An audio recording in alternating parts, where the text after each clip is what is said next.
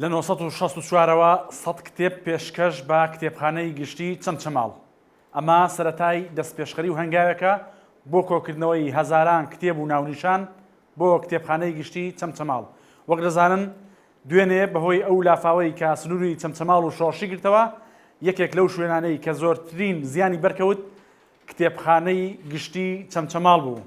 لە کتێبخانەکەدا هەزاران کتێب و ناونیشانی جۆرا و جۆر کەوتنە ژێر ئاو تێکەڵ بە قوڕوسڵ پاو بوون.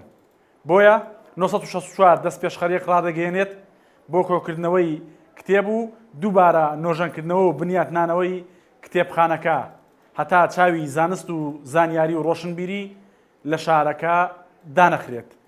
ئێمە داوا لە نووسەران و وەرگێڕان و کتێبخانەکان و ناوەندەکانی چاپ و بڵاوکردنەوە دەکەین کە بەدەم دەست پێشخەریەکەی 1964ەوە بێن و بەشێک بن لە هەڵمەتی کۆکردنەوەی کتێب بۆ کتێبخانەی گشتی چەمچەماڵ.